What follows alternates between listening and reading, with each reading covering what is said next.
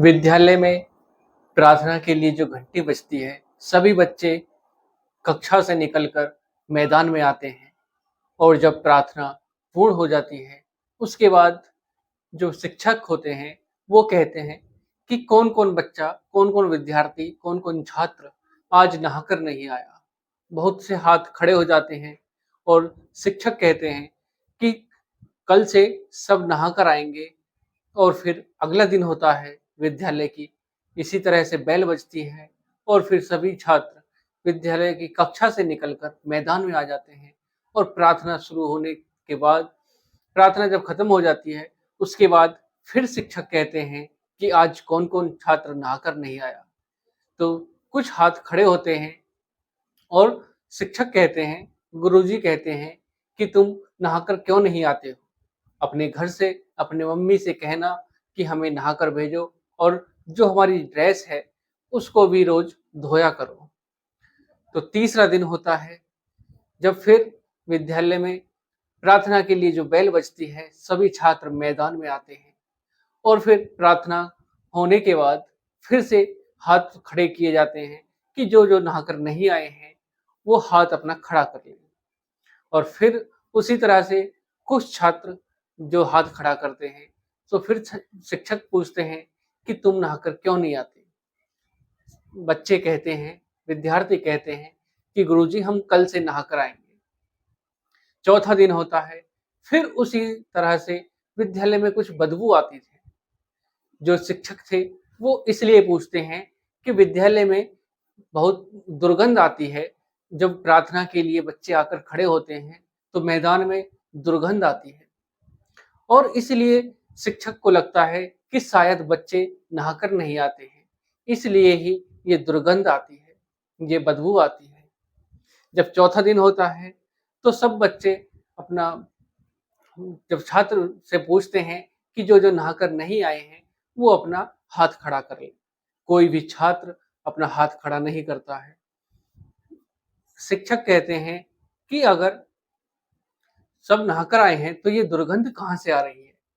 फिर शिक्षक कहते हैं, बच्चों से कहते हैं कि एक बच्चा जाकर गाँव के जो प्रधान जी हैं, उन्हें बुलाकर आइए और उनसे कहिए कि गुरुजी स्कूल में बुला रहे हैं।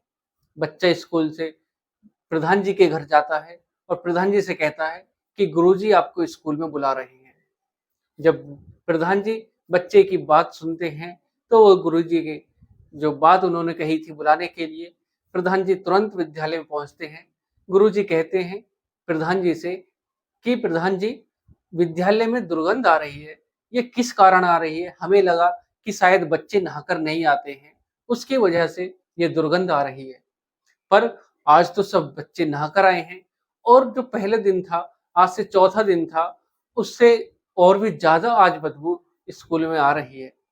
प्रधान जी जो सफाई कर्मचारी होता है, उसको बुलाते हैं और उससे कहते हैं कि देखना, ज़रा चेक करके देखो साफ-सफाई कहाँ पर नहीं हो रही, जिसकी वजह से ये दुर्गंध आ रही है। जो सफाई कर्मचारी होता है, वो मैदान में देखता है कि कहाँ से दुर्गंध आ रही है और जैसे-जैसे वो उस दुर्गंध की तरफ जाता है, तो एक सेप्टिक टैंक होता है टॉयलेट का और वहाँ से वो दुर्गंध आती है। वो प्रधान जी और जो गुरुजी होते हैं उनको बताता है कि प्रधान जी यहाँ से ये दुर्गंध आ रही है। तो प्रधान जी कहते हैं कि इस सेप्टिक टैंक को खोल कर देखो, उस पर बड़ा-सा पत्थर रखा हुआ था, तो वो पत्थर हटाया जाता है और फिर जब सेप्टिक टैंक खोल कर देखा जाता है, तो वो बदबू वहाँ से आ रही थी। प्रधान जी कहते हैं कि इसमें ज़रा अंदर जाकर देखो कि किसकी वजह से ये इतनी बुरी दुर्गंध आ रही है। जब वो सफाई कर्मचारी उस टैंक में जाता है और जब उसमें जो वो निकलता है, जिसकी वजह से वो दुर्गंध आ रही थी और सबकी आँखें खुली की खुली रह जाती हैं कि ये क्या हुआ और कैसे हुआ। तो दोस्तों, उसमें जो निकलता है, उसमें एक बच्चे की लाश निकलती है और वो भी स्कूल की यूनिफ़ॉर्म में। सब डर जाते हैं कि ये लाश इसके अंदर आई तो आई कहाँ से?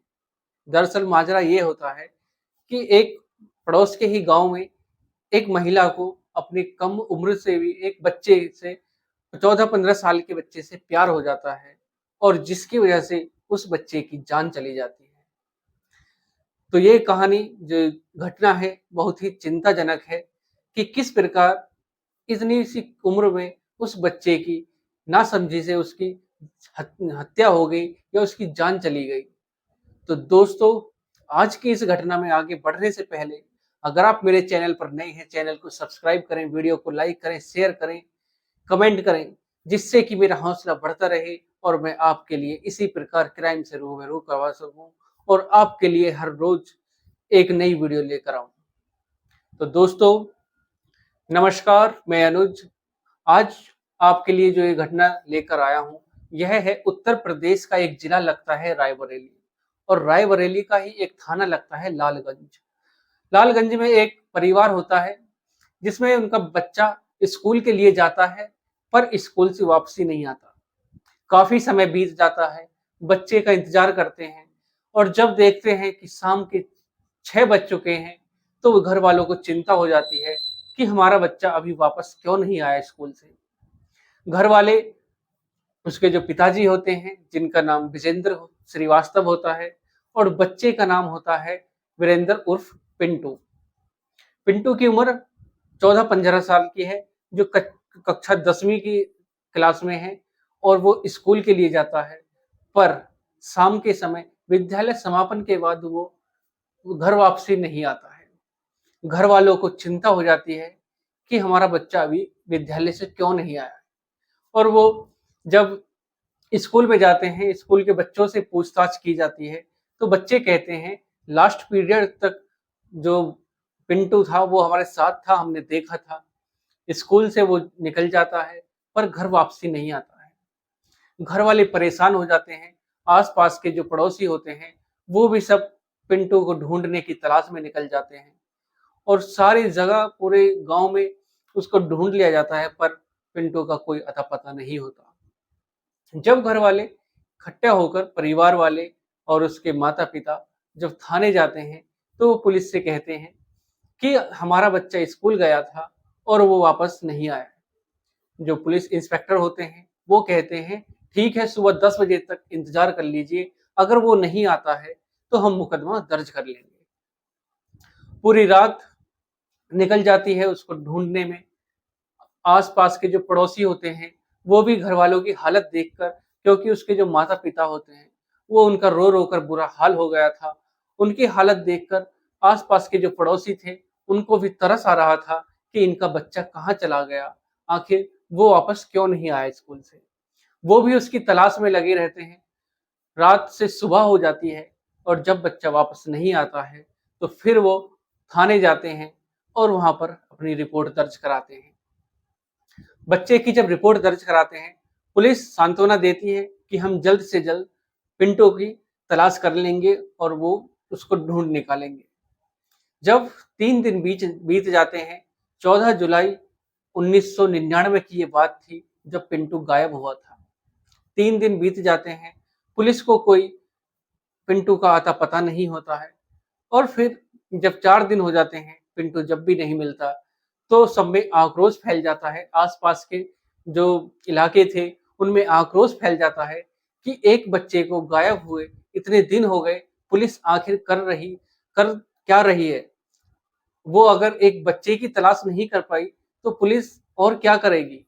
पुलिस पर सवाल पैदा हो जाते हैं, और जो आसपास के गांव थे, इलाके थे, उनमें सब में धरना प्रदर्शन हो जाता है। डीएम ऑफिस पर भी धरना प्रदर्शन किया जाता है। सड़कें जाम कर दी जाती हैं कि आखिर बच्चा मिला क्यों नहीं, इतने दिन हो गए बच्चे की तलाश करते करते। घर वाले भी तलाश कर रहे हैं, पुलिस भी तलाश कर रही है, आखिर बच्चा गया तो गया कहाँ। सब में रोष उत्पन्न हो जाता है, पर बच्चे का पता नहीं चलता। उसके बाद जब उच्च अधिकारियों तक ये बात पहुंचती है, तो वो कहते हैं कि हम हमें 3 दिन का मोहलत दीजिए, हम 3 दिन में पिंटू की तलाश अवश्य कर लेंगे और हम आपको सौंप देंगे। उसके बाद जो लड़के का पिता होता है वो पुलिस इंस्पेक्टर के पास जाता है थाने में, और कहता है कि साहब, मैंने एक बात छुपाई है आपसे, शायद मैं भी विवश था उसे ना बताने के लिए। और जब मेरा जो सब कुछ खत्म होने जा रहा है, जब बच्चा नहीं मिल रहा, तो मैं अब उस बात को आपको बताने जा रहा हूँ कि जब पिंटू गायब हुआ था, उससे तीसरे दिन एक चिट्ठी घर पर आई थी और उसमें लिखा था कि तुम्हारा जो पिंटू है वो हमने किडनैप किया हुआ है, तुम एसटीडी पर आ जाओ और अपने पिंटू को ले जाओ। अगर तुमने ये बात पुलिस को बताई तो हम पिंटू की हत्या कर देंगे। पुलिस को गुस्सा भी आता है कि जब इतने दिन हो गए हैं और तुमने हमें बताया नहीं। तो फिर पुलिस कहती है ठीक है, देखते हैं क्या होता है।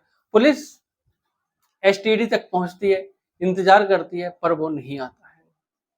उसमें लिखा था कि तुम एसटीडी थी एक, उस पर जाओ और वहां पर तुम्हें पैसे दो और वहां से तुम्हारा बच्चा वापस मिल जाएगा।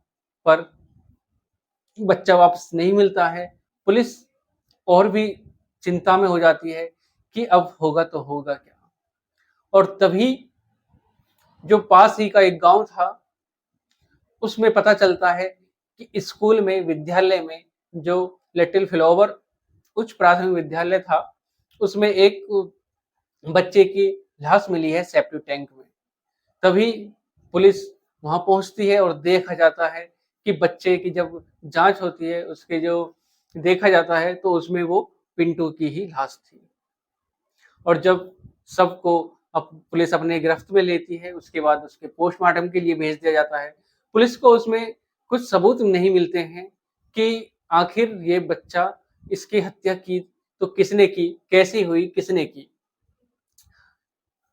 काफी दिन बीत जाते हैं। उसके बाद पुलिस उस बच्चे की जो कमरा होता है उसकी तलाशी लेती है और तलाशी लेने के बाद उसको एक पुलिस को एक किताब मिलती है उसके कमरे में, और जो किताब होती है वो मिलती है। और जब पुलिस उसको देखती है कि इतना छोटा बच्चा इस किताब को लेकर आया तो आया क्यों, और वो ऐसी किताबें पढ़ेगा तो कैसे पढ़ेगा, इतनी सी उम्र में उसको तो ये समझ भी नहीं होगी। और फिर उसके बाद पुलिस के जो कर्मचारी थे वो किताब के पन्ने पलट रहे थे, तब उसके लास्ट पेज पे लिखा था श्याम। और जब श्याम उस पे लिखा था तो देखते हैं कि ये तो लालगंज का ये जो इलाका है उसमें एक श्याम बुक सेलर है, उसके यहाँ की किताब है। और जब पुलिस वहां पर पहुंचती है श्याम बुक सेलर के यहाँ पर, उससे पूछती है कि ये बुक आप पहचानते हो, इसे कौन लेकर जाता है। तो श्याम बुक जो बुक डिपो वाला था वो कहता है कि ये बुक एक 14-15 साल का बच्चा लेकर जाता है और बहुत ही प्यारा बच्चा है। 10-15 दिन में किताब ले जाता है और फिर वापस कर जाता है। और जब उससे पूछताछ की जाती है श्याम बुक सेलर से, तो वो बताता है कि ये जो पिंटू था वो अपनी बुक, इस बुक को लेकर जाता है और वो इसको लेकर जाता है। फिर वो बुक सेलर जो था वो बताता है कि एक बुक में उसकी पर्ची रह गई थी, एप्लीकेशन रह गई थी, शायद उसने किसी के लिए लेटर लिखा था या उसके लिए किसी ने लिखा था। वो बच्चा आएगा तो मैं उसको दे दूंगा। तो पुलिस कहती है दिखाना वो लेटर कौन सा है। और फिर उसमें जब वो पुलिस उसको देखती है लेटर को, तो उसमें लिखा था कि तुम कुछ दिन शांत रहना, किताब मत लाना, तुम्हारे अंकल को पता चल गया है। और जब पुलिस पिंटू के घर वालों से पूछती है कि ये बच्चा अंकल किसको कहता है, और उसके बाद जब अंकल किसको कहता है तो घर वाले कहते हैं कि ये अंकल जो हमारे किराएदार रहते हैं उनको ही ये अंकल कहता है। और जब वो पुलिस उसके घर पहुंचती है और उस व्यक्ति से पूछती है कि ये किताब कौन पढ़ता है, तो जब हैंड राइटिंग मिलाई जाती है तो उसकी जो पत्नी थी धर्मेंद्र की, उसकी पत्नी से वो हैंड राइटिंग मिल जाती है, मैच खा जाती है। और फिर उसके बाद पुलिस उस महिला से पूछताछ करती है और पूछताछ में पता चलता है कि वो जो महिला थी उसको वो पोर्न, जो गंदी गंदी किताबें आती हैं उसमें जो गंदी बातें होती हैं उनको पढ़ने का शौक था। और जब वो उस किताब को लेने बुक सेलर के वहां जाती थी तो उसको शर्म आती थी उसको खरीदने में। तो एक दिन उसने देखा कि पिंटू वहीं उसी दुकान से कुछ खरीद रहा है, और उसके बाद पिंटू ने उस महिला ने पिंटू से कहा कि तुम मेरे लिए ये बुक ला दिया करो, और फिर जब मैं इस किताब को पढ़ लूँगी तो फिर दूसरी किताब ला दिया करूँगा। और फिर एक दिन जब वो महिला किताब पढ़ रही थी, तो वो उसको पढ़ते-पढ़ते उत्तेजित हो जाती है, और पास ही में पिंटू बैठा हुआ था, और फिर वो उसके साथ ज़बरदस्ती करने लगती है और उसके साथ संबंध बना लेती है। पहले दिन तो पिंटू को भी अजीब लगता है, बुरा-सा लगता है, लेकिन जब दूसरा-तीसरा दिन होता है, तो पिंटू को भी अच्छा महसूस होने लगता है, और फिर वो भी उसका साथ देना शुरू कर देता है। और धीरे-धीरे ऐसा ही चलता रहता है, और फिर एक दिन उसका जो पति होता है धर्मेंद्र, उसको शायद पता लग जाता है कि इन दोनों के बीच कुछ चल रहा है। तो एक दिन वो कहता है कि मैं कुछ दिन के लिए लखनऊ जा रहा हूँ काम से, तो मैं घर पर 2-3 दिन नहीं रहूँगा। वो बहाना बनाता है और देखने के लिए कि देखता हूँ, अचानक से आऊँगा और देखता हूँ कि आखिर होता क्या है। और जब वो कह कर जाता है कि लखनऊ जा रहा हूँ, और जैसे ही वो घर से निकलता है, और पिंटू को वो जो महिला थी, उसकी किराएदार जो किराए पर रहने वाली महिला थी, वो पिंटू को बुला लेती है और उसके साथ संबंध बनाना शुरू कर देती है। और तभी तुरंत 4-5 घंटे बाद जो धर्मेंद्र था, उस महिला का पति, वो घर पर आता है और झाँक कर देखता है, तो देखता है आपत्तिजनक स्थिति में दोनों को देखता है। उसके बाद उसको वो चिंता में चला जाता है कि आखिर ये कैसे हो सकता है? मेरी पत्नी इतनी छोटी उम्र के बच्चे के साथ ऐसी संबंध कैसे बना सकती है? और उसके बाद जब 14 जुलाई 1999 को जब वो बच्चा स्कूल से आता है, और उसके बाद वो जो धर्मेंद्र था, वो उससे रास्ते में मिलता है और कहता है कि चलो मेरे साथ चलो, मैं तुम्हें घर छोड़ देता हूँ। और फिर उसके बाद वो रास्ते से बदलकर कहीं दूसरे गाँव में ले जाता है, जंगलों में, और फिर अपने दोस्तों को भी बुला लेता है, और फिर वो बैठकर दारू पीते हैं, और उसके बाद वो पिंटू से भी दारू पिलाने की कोशिश करते हैं, परंतु पिंटू दारू नहीं पीता है। और फिर जब उसको नशा हो जाता है, तो वो पूछता है पिंटू से कि तुम मेरी पत्नी के साथ कैसे-कैसे करते हो? और उसके बाद पिंटू बताना शुरू करता है, और जैसे-जैसे वो किया करता था, ऐसे ही वो उसके पति से बताता है, तो उसके पति को और गुस्सा आ जाता है, और उसका पारा हाई हो जाता है, और फिर वो उसके वहाँ पर गला घोंटकर उसकी हत्या कर देता है। और फिर उसके बाद अंधेरा हो जाता है, अंधेरा होने के बाद वो सोचते हैं कि आखिर अब इस लाश का हम करें तो करें क्या?